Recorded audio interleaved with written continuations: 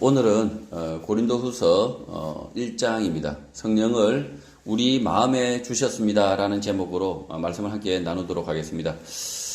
하나님의 뜻으로 말미암아 그리스도 예수의 사도된 바울과 형제 디모데라고 소개합니다. 하나님의 뜻이라고 했을 때 예수 그리스도의 죽으심과 부활, 그 이후 복음이 전파되는 과정에서 단회적이며 창세 전부터 계획된 역사적 사건, 하나님의 뜻이 일어나게 되는데 그 사건과 그 주인공들이 자신을 소개하고 있는 것입니다. 오늘 한국교회는 이런 역사적 단회적 사건을 따라하려고 하는 사람들이 있습니다. 예수 십자가 죽음과 부활의 정인들을 통하여 복음을 듣도록 계획되었음에도 불구하고 엉뚱하게 본인들이 이 정인들을 건너뛰어 정인이 되려고 합니다. 가짜 정인 위정자들입니다. 거짓입니다. 예수 십자가 죽으심과 부활 사건 그리고 복음의 시작이 다시 일어나는 일은 없습니다. 역사의 물줄기는 이미 예수 그리스도의 오심과 그의 제자들을 통하여 바뀌었고 그 사람들은 이미 자신들의 사명을 다하고 천국의 부름을 받았습니다. 우리는 그들이 전해준 복음을 듣고 믿는 복된 사람들입니다. 그럼에도 불구하고 한국 교회 내에 여전히 귀신을 내쫓고 병자들을 고치는 예수님 당시의 기적을 재현하려고 하고 있고 오순절 교회에 부어진 방언의 능력을 가지려고 합니다.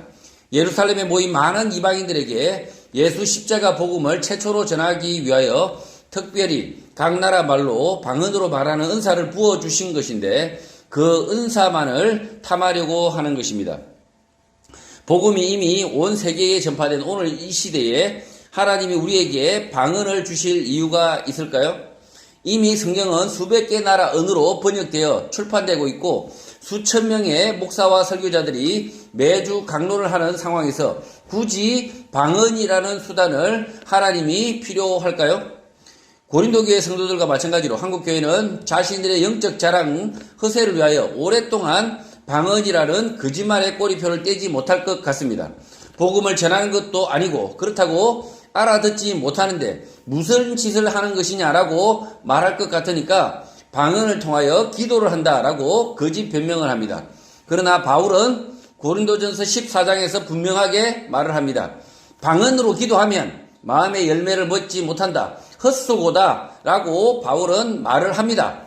헛수고라고 권면을 했음에도 불구하고 엉뚱하게 계속 방언하는 것이 성령 받은 징표다라고 잘못된 소리를 하는 것입니다.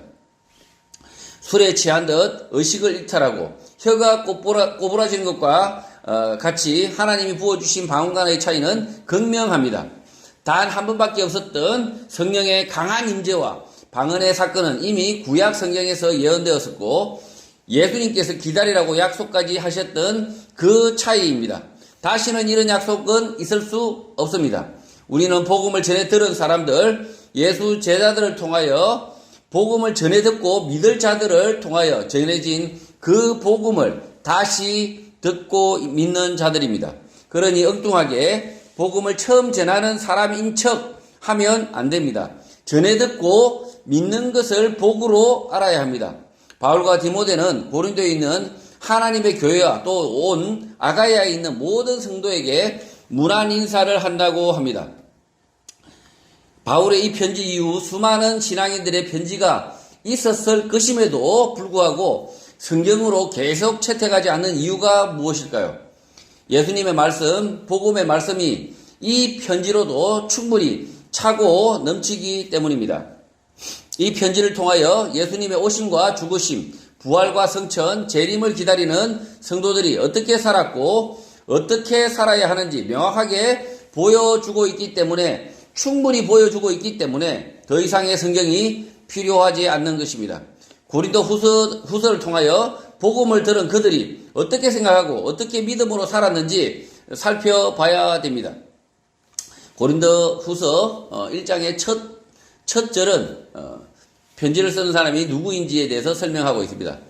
바울과 디모데입니다. 이 바울과 디모데는 예수님의 오심과 죽으심과 부활과 성천까지 이것을 온 세상에 전하기 위해서 이미 창세전부터 계획된 그릇이었다는 거죠. 바울과 디모데는 하나님이 예비하신 그릇이라는 거죠. 자, 그러면 우리는 뭡니까? 우리는 이 바울과 디모데가 전한 이 복음을 전해서 들은 자들이란 거죠. 그 사실을 명확하게 알아야 됩니다. 우리는 이 메시지, 예수 그리스도의 오심과 죽으심과 부활과 성천을 전하는 이 편지를 남긴 바울과 디모데와 우리는 다르다. 우리는 그들이 아니다라는 사실을 먼저 깨달아야 됩니다. 그래서 이 편지의 주인공이 누군지 정확하게 알아야 되고 그들이 어떤 사람인지에 대해서 이 바울은 자신을 소개하고 있다는 거죠. 이 바울은 매우 특별한 사람입니다. 하나님께서 창세전부터 예수 그리스도의 십자가 죽음을 전하기 위해서 세례 요한은 예수 그리스도의 오심을 말하는 사람이었지만 오실 것을 말하는 사람이었지만 준비하는 자였지만 세례 요한은 사도 바울은 예수 그리스도의 부활하심을 그리고 성천하심을 가르칠 그 사람으로 준비되어 있었다는 거죠. 두 번 다시 바울이 있을 수가 없다는 겁니다. 왜냐하면 예수님이 또 한 번 더 오시지 않기 때문에. 그래서 두 번 다시 바울도 없고 두 번 다시 세례 요한도 없습니다. 그래서 이 1절에 내가 누구인가라고 소개하는 이 바울과 디모데 그는 자신들이 이미 이 역사 속에서 단 한 번밖에 없을 사도인 것을 알고 있다는 거죠. 역사 속에서 단 한 번 이 고린도 교회의 복음을 전했지만 그 복음이 온 지구에 전해졌다는 거 아닙니까? 하나님은 그런 계획을 통해서 이 복음이 이 땅에 이미 편만하다. 그러니까 다시 복음을 우리는 다시 최초로 다시 돌아가서 전할 일이 없다는 겁니다.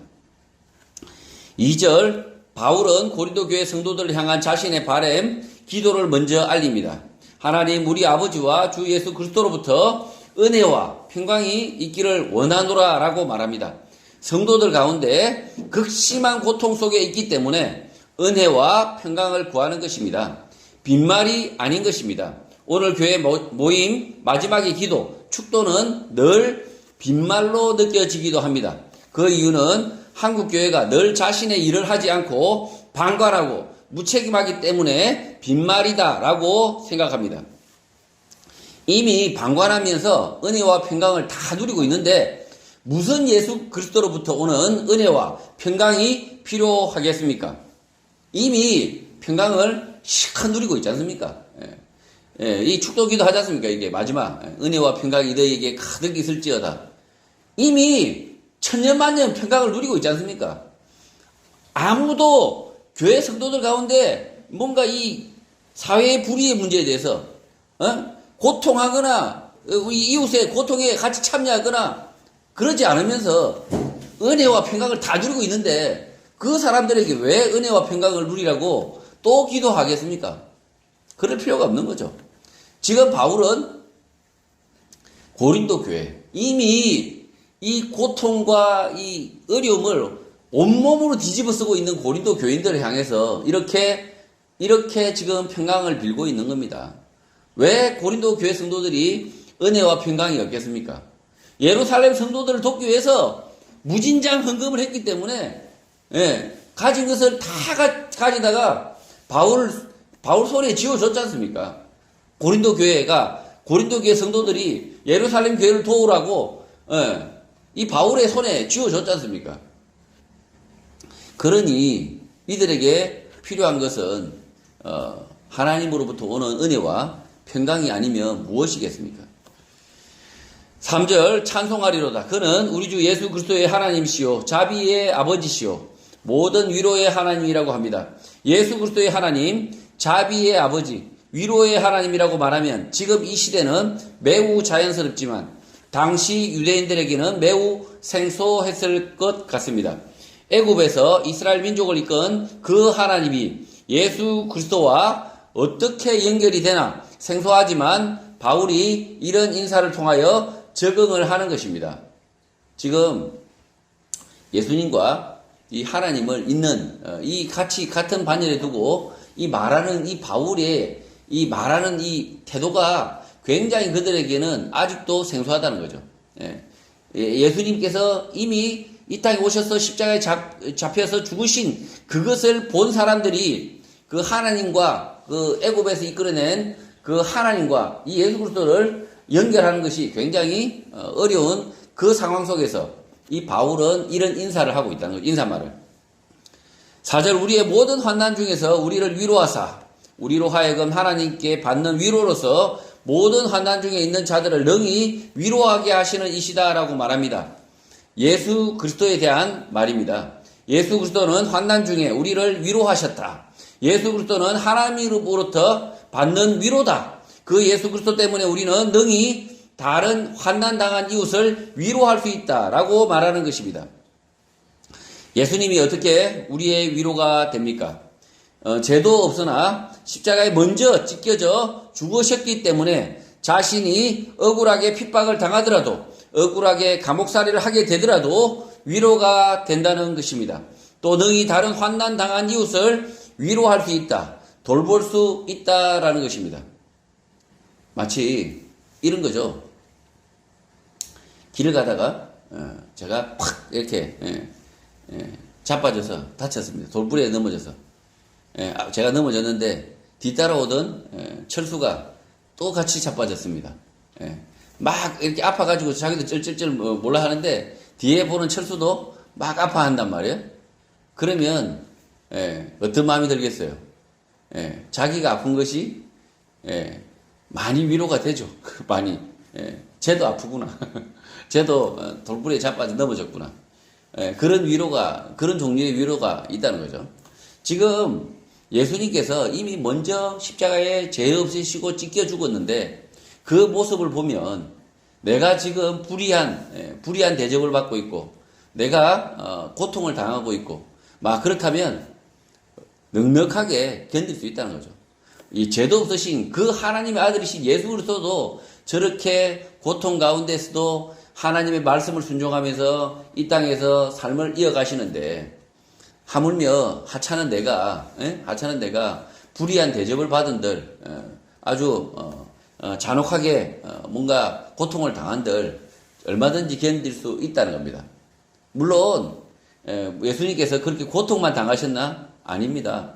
그런 고통 가운데서 또 승리하셨지 않습니까? 부활하셨거든요.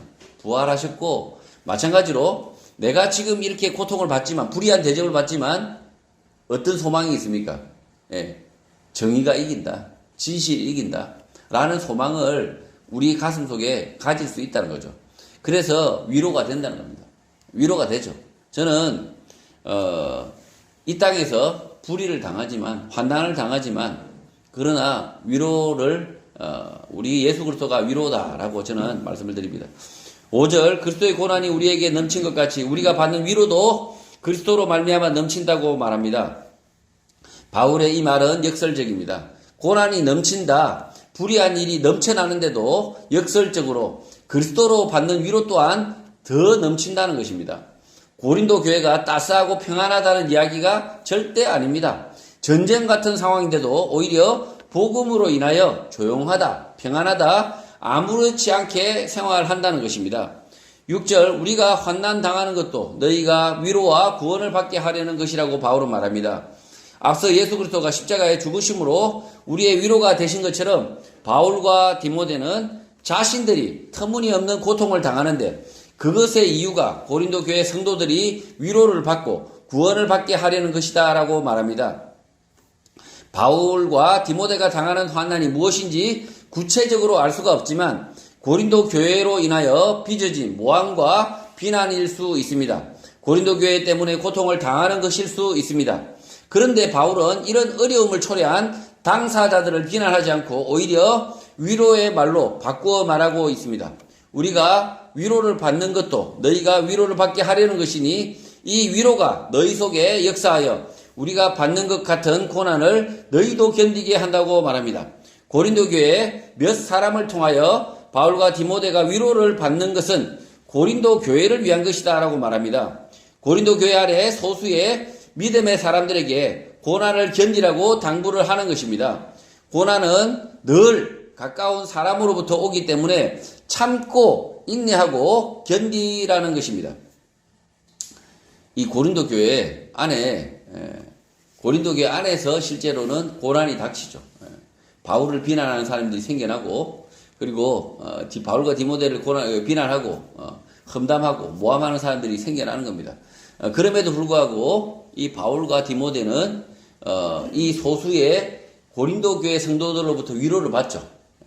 바울 선생님 죄송합니다.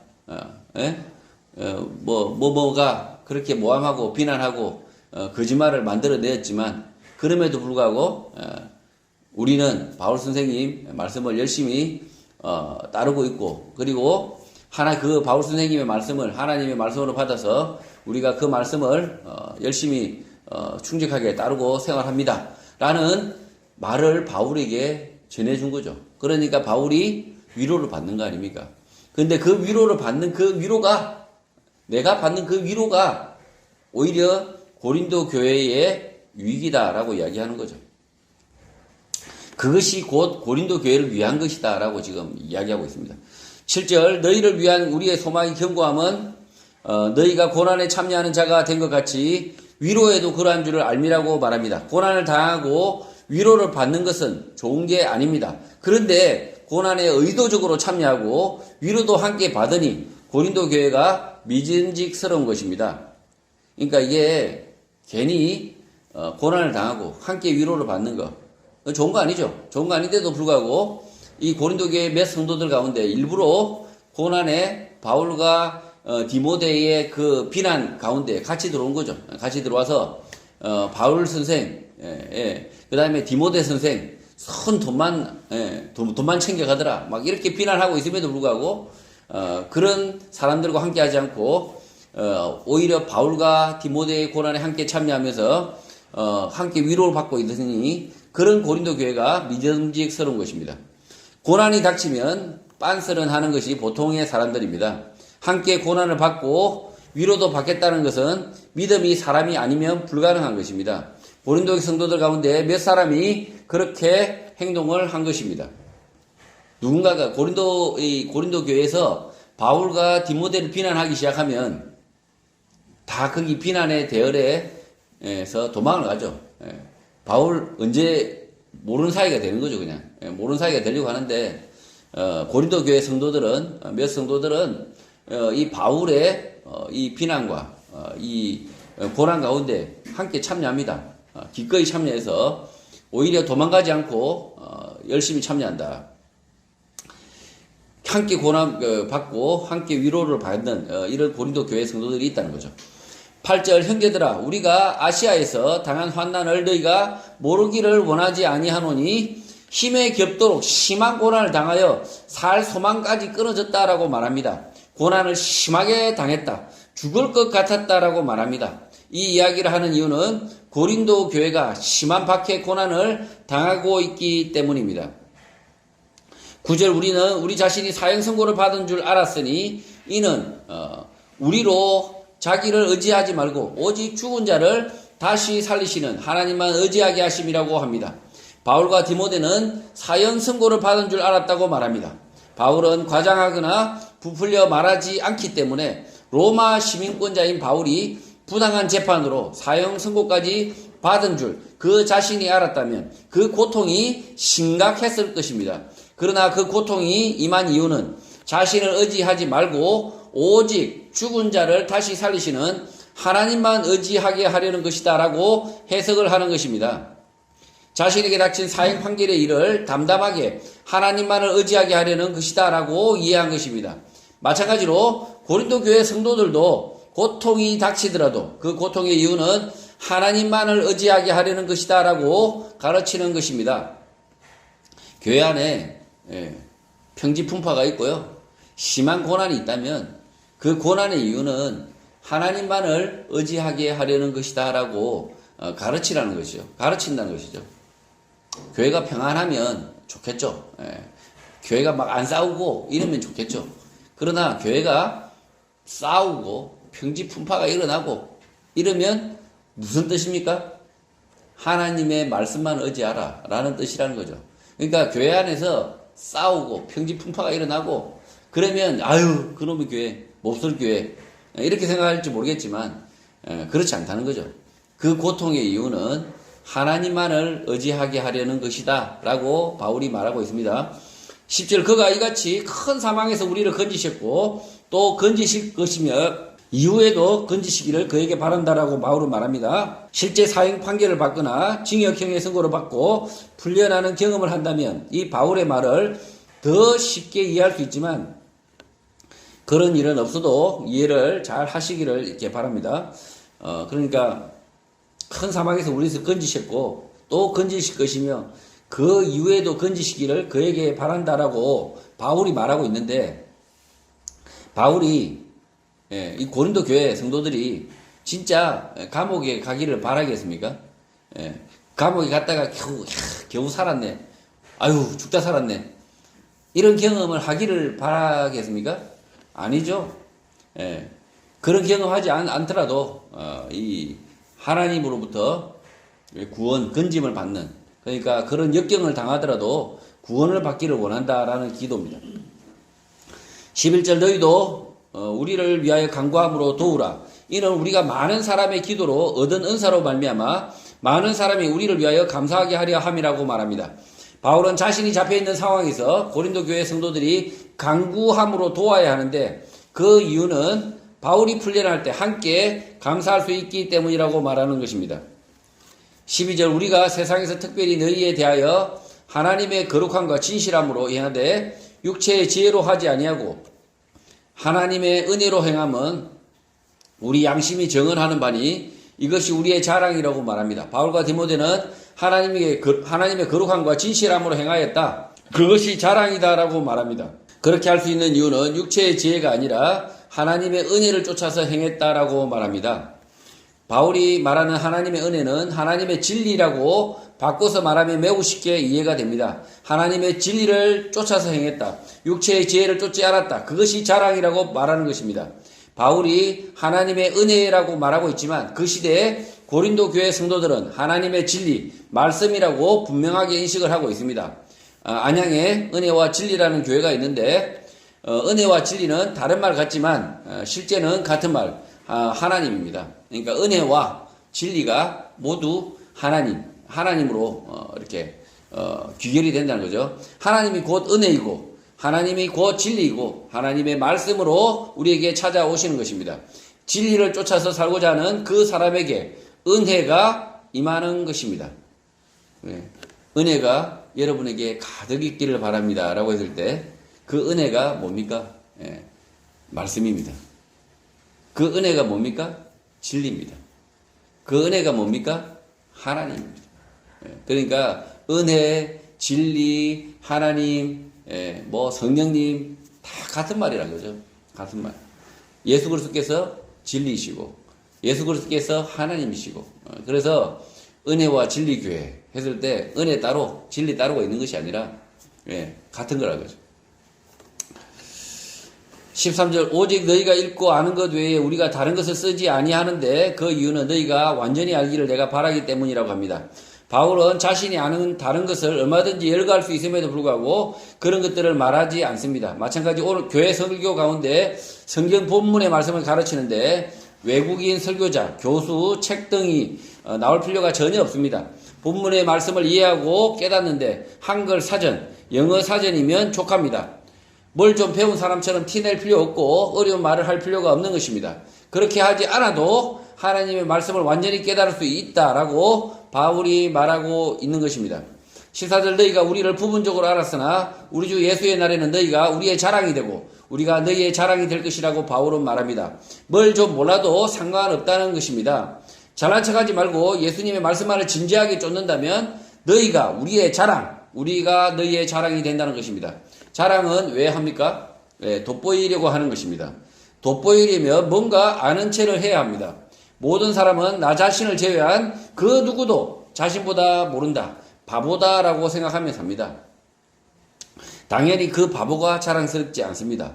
그러나 바울은 너희가 우리를 띄엄띄엄 보아서 제대로 모르고 후져 보인다 생각할 수 있겠지만 예수님의 말씀이 성취되는 날, 재림의 날에는 바울과 디모데가 자랑스럽게 생각된다. 괜찮아 보일 것이다 라고 말하고 있는 것입니다. 바울은 후져 보이는 너희들도 우리가 볼 때 자랑스럽게 보일 것이다 라고 말합니다. 이 세상에서는 후져 보일지 모르지만 예수님의 날에는 다르게 보인다는 것입니다. 지금 누구나 다 세상의 모든 사람은 다른 사람을 나보다 더 후지게 생각합니다. 그게 인간의 악한 본성입니다. 자신보다 남을 낮게 여기는 사람이 잘 없습니다. 잘 없는 게 아니라 아예 없습니다. 항상 다른 사람을 그냥 자기보다 못하게 생각합니다. 그렇게 생각하시죠? 그렇게 생각하실 겁니다. 이 세상에 태어나는 모든 사람은 하다못해 이 세상에서 영구 바보라고 불리는 그 사람도 다른 사람을 생각할 때 자기가 오히려 열세지만 그럼에도 불구하고 그 바보 같은 사람도 다른 사람을 낮게 생각하는 법이 없습니다. 이게 인간의 타락한 본성입니다. 그래서 지금 바울은 이렇게 이야기하고 있는 거죠. 지금 내가 후져 보이겠지만, 바울과 디모데가 정말 후져 보이겠지만, 정말 찌질해 보이지만, 그러나 예수 그리스도의 날에, 재림의 날에 너희들이 놀랄 것이다. 정말 우리는 자랑스러워 보일 것이다. 그리고 지금 이 고린도 교회의 성도들 가운데서도, 이 성도들 가운데도 너희들도 정말 훌륭해 보일 것이다. 자랑스럽게 생각될 것이다. 라고 지금 말하고 있습니다. 15절, 내가 이 확신을 가지고 너희로 두 번 은혜를 얻게 하기 위하여 먼저 너희에게 찾아갔다고 합니다. 은혜를 얻게 한다라는 말은 진리의 말씀을 깨닫게 한다라는 말과 같은 말입니다. 바울이 설교를 하기 위하여 가르치기 위하여 찾아갔다는 것입니다. 16절, 너희를 지나 마게도냐로 갔다가 다시 마게도냐에서 너희에게 가서 너희의 도움으로 유대로 가기를 계획하였다고 말합니다. 그러나 바울이 말한 대로 계획대로는 되지 않습니다. 이 바울이 지금 이렇게 이동을 하고 있다는 거죠. 이렇게 국자 모양으로 이렇게 예루살렘에서 출발해서 다시 안디옥에서 출발해서 다시 예루살렘으로 이게 돌아가는 이 과정이 원래는 고린도 교회에서 배 타고 바로 예루살렘으로 돌아가는 길이었는데 그렇게 되지 않는 거죠. 이 마게도냐로 갔다가 다시 도로 내려오려고 했는데 그렇게 되지 않고 그대로 예루살렘으로 가게 됩니다. 17절, 이렇게 계획할 때에 어찌 경솔히 하였으리요 라고 말합니다. 신중하게 계획을 했으나 바꿀 수밖에 없었다는 것입니다. 계획하기를 육체를 따라 계획하여 예 하면서 아니라 하는 일이 내게 있겠느냐라고 합니다. 계획을 세우면 그 계획대로 하려고 노력을 한다는 것입니다. 바울이 지금 이렇게 계획이 바뀌었는데 약속을 못 지켰잖아요. 다시 고린도 교회로 가겠다 했는데 못 가고 있습니다. 그래서 바울이 변명을 지금 하고 있는데 비급한 변명입니다. 이렇게 말할 수도 있겠죠. 말할 수 있는데 바울이 굳이 막 이렇게 변명적으로 말을 합니다. 18절, 하나님은 미쁘신 것처럼 우리가 너희에게 말은 예 하고 아니라 함이 없다고 말합니다. 쉽게 약속을 뒤집은 것이 아니라 사정이 있다는 것입니다. 19절, 우리 곧 나와 실로아노와 디모데로 말미암아 너희 가운데 전파된 하나님의 아들 예수 그리스도는 예하고 아니라 함이 되지 아니하셨으니 그에게는 예만 되었다고 말합니다. 예수 그리스도는 약속을 지켰다. 예만 하신다는 것입니다. 예수 그리스도는 예만 하시는데 이 바울과 이 디모데가 아니요, 거짓말하고 있다라고 지금 이 고린도 교회 성도들이 생각할까봐 이렇게 변명을 하고 있는 겁니다. 그러니까 자신은 바울과 디모데는 다시 돌아가겠습니다 라고 말을 했지만 지금 못 갑니다 라고 하는 그 사정을 이야기하고 있는 거죠. 20절, 하나님의 약속은 얼마든지 그리스도 안에서 예가 되니 그런즉 그로 말미암아 우리가 아멘하여 하나님께 영광을 돌리게 된다고 말합니다. 아멘은 그러하다, 긍정적이다, 확실하다, 진실되다라는 말로 사용됩니다. 설교가 진실되면, 진리이면 아멘해야 합니다. 거짓부렁을 하고 있는데도 아멘을 하면 그것은 같이 거짓말을 하고 있는 것입니다. 아무렇게나 아멘, 아멘 하면 하나님께 영광이 아니라 거짓말 잔치가 되는 것입니다. 바울은 지금 자신이 약속을 지켜야지 않은 것에 대해서도 지금 이렇게 열심히 변명을 하고 있습니다. 설명을 하고 있는데, 심지어 아멘, 할렐루야 이 말도 정말 그리스도인이면 신중하게 해야 됩니다. 정말 그것이 하나님의 말씀이고 정말 진리인지 진실인지 자신이 생각하고 아멘 하라는 거죠. 예. 바울이 쉽게 다시 돌아가겠습니다라고 약속했는데 예라고 이야기했는데 그 예라고 말한 누가 물어봤겠죠. 바울에게. 바울 선생님 혹시 가다가 다시 돌아올 수 있겠습니까? 이렇게 물어봤는데 예, 바울이 신중하게 계획을 하고 그리고 돌아가겠습니다라고 예라고 대답을 했는데 그 예가 뒤집어졌지 않습니까? 그 예가 뒤집어졌는데 이 바울이 아주 그렇게 다시 이렇게 구구절절 설명하고 있는 거죠. 그래서 지금 이 아멘 이 표현은 정말 하나님의 말씀 진리이면 아멘 하셔야 됩니다. 우리 이렇게 막 이렇게 설교만 하면 아멘 아멘 아멘 이렇게 하는 사람들을 비난하는 언어가 있습니다. 아무새, 아멘 아멘 하는 앵무새. 그래서 마치 앵무새처럼 이렇게 아멘 아멘 하면 잘못됐다는 거죠. 이건 아니라는 거죠. 그래서 아무새가 되면 안 되는 거죠, 원래는. 이 바울은 굉장히 아멘에 대해서 그러하다, 긍정적이다, 확실하다, 진실되다 이렇게 할 때 마음으로 하라는 거죠, 마음으로. 진심을 다해서 아멘 하라는 거죠. 그래야만이 하나님께 영광이 된다는 거죠. 그냥 대놓고 무턱대고 아멘 아멘 하면 안 된다는 거죠. 21절 우리를 너희와 함께 그리스도 안에서 굳건하게 하시고 우리에게 기름을 부으신 이는 하나님이시다라고 말합니다. 기름을 부었다라는 말은 거룩하게 구별하였다라는 말인데 그 기름 부으신 이가 하나님이라고 말하는 것입니다. 고린도 교회 성도들은 왕과 제사장처럼 기름을 부어 구별이 되었다. 거룩하게 되었다고 말하는 것입니다. 지금 이 고린도 교회 성도는 속된 말로 그 시대의 하층민일 수도 있습니다. 노비일 수도 있고요. 오늘 시대로 말하면 그냥 평범한 사람들입니다. 그런데 이 바울은 이들이 진짜 하나님이 기름을 부었다. 다윗왕처럼 기름을 부어서 구별했다. 제사장처럼 기름을 부어서 구별했다라고 지금 말하고 있는 것입니다. 이 고린도 교회 이 보잘것없는 사람들을 이 바울은 왕과 제사장 심지어 기름 부었다라고 이야기하고 있는데요. 여러분 기름 부으신 사람 있습니까? 여기 성도들 중에 목사로 이렇게 안수받고 막 이렇게 받으니까 아주 특별하게 목사가 될 때 막 이렇게 안수기도 하고 막 기름 붓듯이 하잖아요, 그죠? 자, 지금 한국 교회에 그 목사와 전도사와 뭐 이런 사람들만 이 기름 따로 특별히 따로 세웠다 생각하시는데 택도 없는 소리죠. 택도 없는 소리. 목사와 장로와 뭐 권사들만 이렇게 특별히 따로 기름 붓고 축도하고 안수해서 따로 거룩하게 하는 것이 아니라 모든 신약의 성도들은 이렇게 차별 없이 다 왕과 제사장처럼 따로 세웠다. 거룩하게 기름 부었다라고 바울이 말하고 있는 것입니다. 그래서 이 강대상에서 설교하는 사람이 목사가 아니면 설교하면 안 된다. 누가 그렇게 가르칩니까? 그리고 이 목사 아니면 축도하면 안 된다. 누가 그렇게 가르칩니까? 목사들이 거짓말로 가르치는 거죠. 자신들의 기득권을 지키기 위해서 그렇게 하는 거죠. 언제 바울이 사례를 받았습니까? 바울 사례 안 받았습니다. 자비량 했습니다.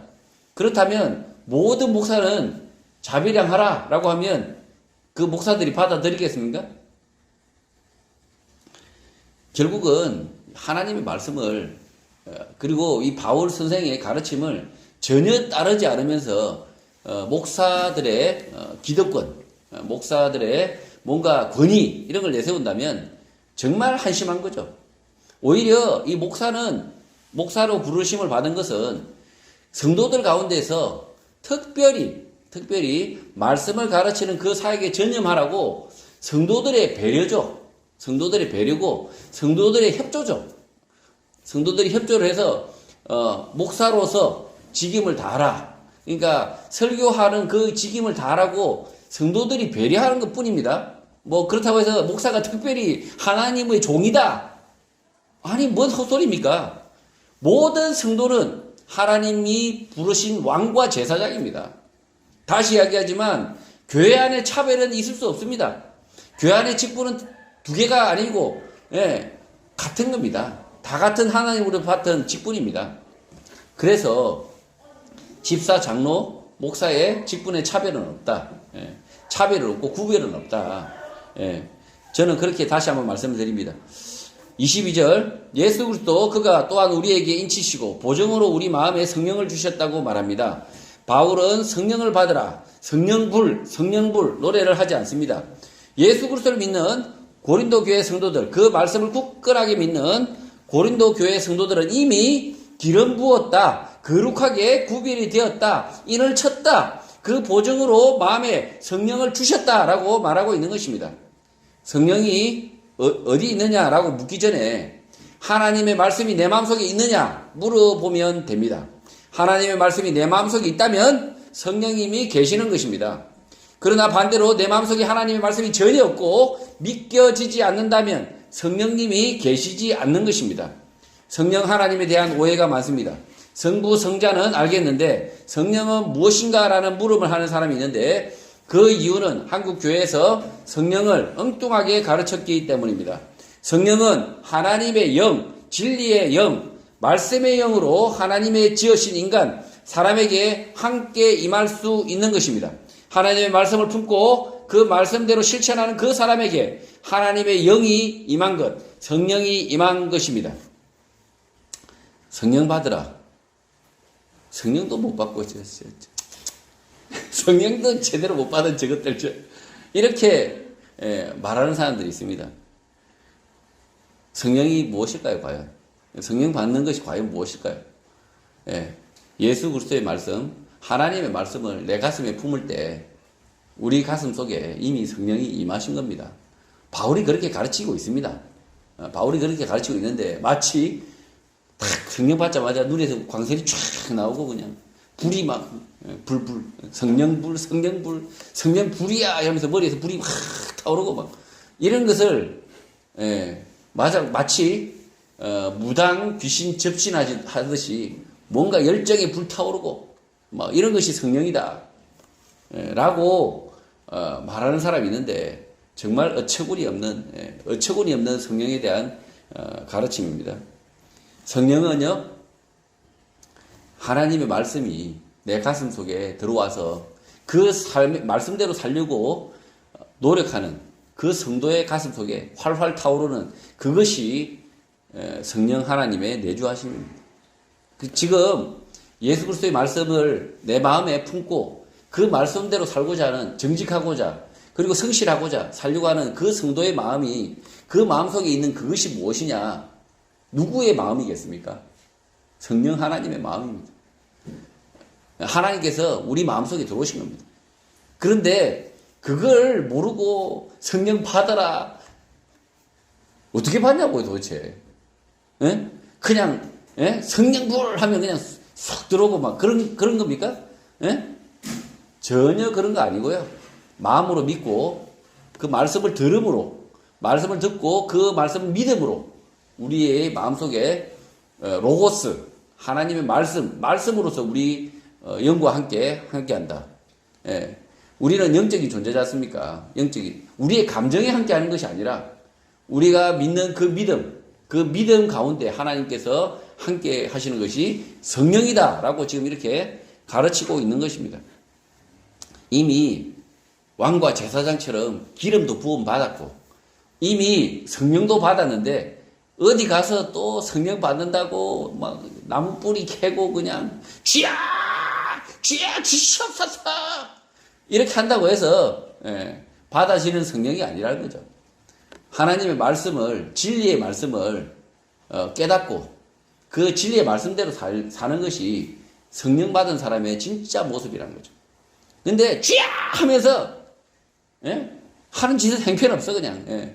하나님 말씀과 전혀 다르게 살아. 그게 무슨 성령 받은 사람입니까? 귀신 받은 거지.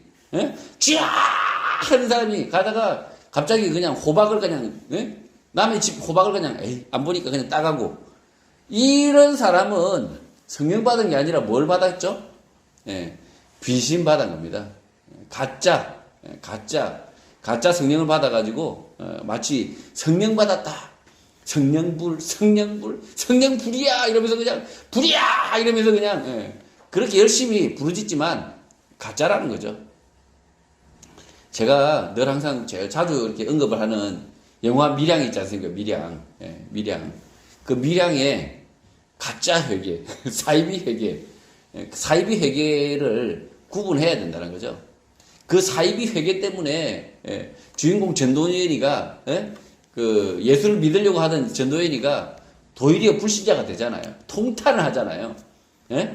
이 가짜 회계 때문에 오히려 믿으려고 하는 사람이 오히려 믿지 않아요. 마찬가지입니다. 이 가짜 성령 때문에 의의가 없는 거죠. 이 가짜 성령 받은 사람들 때문에 믿으려고 하는 사람들이 보니까 완전히 저 깨구리야. 그냥 미친놈들이야. 그냥 쫙쫙 하면서 그냥 하는 행실은 개판이야. 그러면 누가 그걸 진짜 성령 받은 사람이라고 생각하겠습니까? 가짜 성령이라는 거죠. 가짜 성령. 하나님의 말씀은 한 구절도 있게 읽으려고 하지 않으면서 어떻게 성령을 받습니까? 하나님은 진리의 영이시고 말씀의 영인데 어떻게 성령 받은 사람이 말씀에 대한 이해도 없고 말씀을 이해하려고도 하지 않고 지 멋대로 생각하면서 그게 어떻게 성령의 사람이겠습니까? 지금 한국교회가 이런 비참한 현실 속에 있어요. 가짜 회계, 밀양 회계, 밀양 회계범이 있고요. 가짜 성령, 가짜 성령범들이 있다는 거죠. 가짜 성령 충만범들이 있어가지고 한국교회를 망치고 있다는 거죠, 지금. 이 가짜 성령 충만범들을 내쫓지 않고서는 한국교회가 성장할 수가 없어요. 가짜 회계범들, 밀양 회계범들을 내쫓지 않고서는 한국교회가 도저히 진짜 회계, 진짜 그리스도인의 모습을 가지고 살 수가 없다는 거죠. 저는 앞으로 계속 이 가짜 성령범들, 가짜 성령 충만범들을 무찌르는데 열심히 노력할 것입니다. 이 가짜 회계범들도 굉장히 심각한 문제가 있습니다. 입으로만 주님께서 나의 죄를 모두 용서해서 저는 마음이 평안해졌습니다 라고 이야기합니다. 그러니까 전도인이 펑펑 우는 거죠. 회개를 했으면 그 회개의 책임을 다해야 될 거 아닙니까? 전도인에게 하다못해 열심히 하다못해 영치금이라도 모아가지고 전도인에게 몇 푼이라도 손을 내밀어야 될 거 아닙니까? 내가 자식을 죽인 그 슬픔을 내가 보답하겠습니다 하고 그렇게 조금이라도 뭔가 내놓아야 뭔가 하려고 해야 그래야 전도인이가 울음이 그칠 거 아닙니까? 그래야 전도연이가 하나님을 받아들일 거 아닙니까? 아, 진짜 하나님이 죄 용서하시는 하나님이시구나. 저 사람이 저렇게 태도가 바뀌었구나 라고 믿을 거 아닙니까? 그런데 이 감옥에 있는 이 가짜 회계범, 이 살인범이 이 안에서 예수님을 믿고 다 제 죄는 용서받았습니다. 제 마음은 아주 평안합니다. 이렇게 하면 그 소리를 듣는 전도연은 죽으란 이야기인가요? 자기 자식을 잃은 그 전도연은 통탄을 하는 거지 않습니까? 저게 믿음이고 저게 신앙이라면 믿겠습니까? 안 믿는 거죠. 마찬가지입니다. 이 가짜 성령범들도 마찬가지예요. 마치 자신이 성령 받아서 제 멋대로 자신이 성령을 받았기 때문에 제 멋대로 행동하는데, 제 멋대로 말하고 제 멋대로 행동하는데, 그런데 그 사람이 성령 받은 사람이다 라고 한국교회가 인정을 하면 어떻게 되겠습니까? 이 가짜 성령범들 어떻게 해야 됩니까?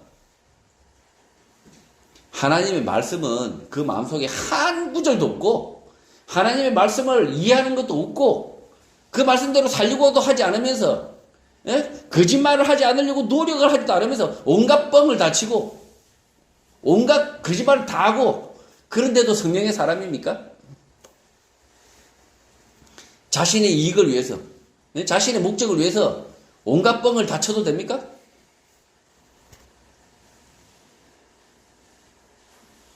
하나님의 영은 말씀의 영, 진리의 영, 진리의 영으로 우리에게 찾아오십니다.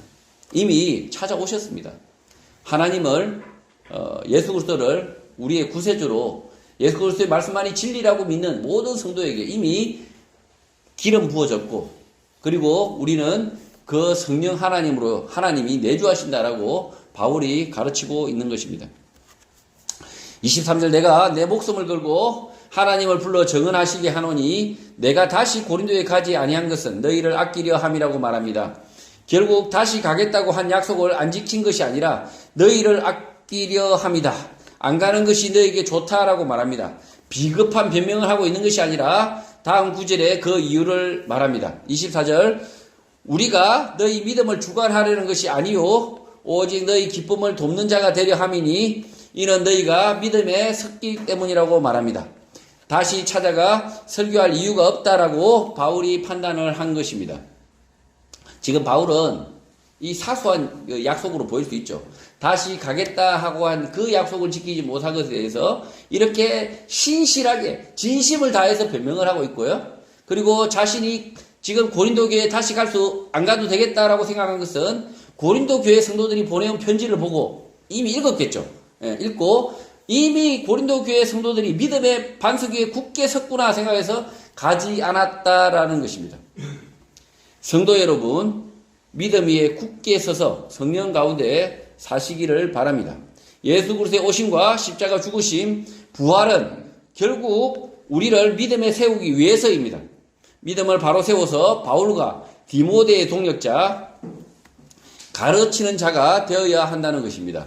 성경의 말씀을 바르게 배워서 주님 오시는 날까지 복음을 전하고 가르치는 복된 성도가 되시기를 주님의 이름으로 축복합니다.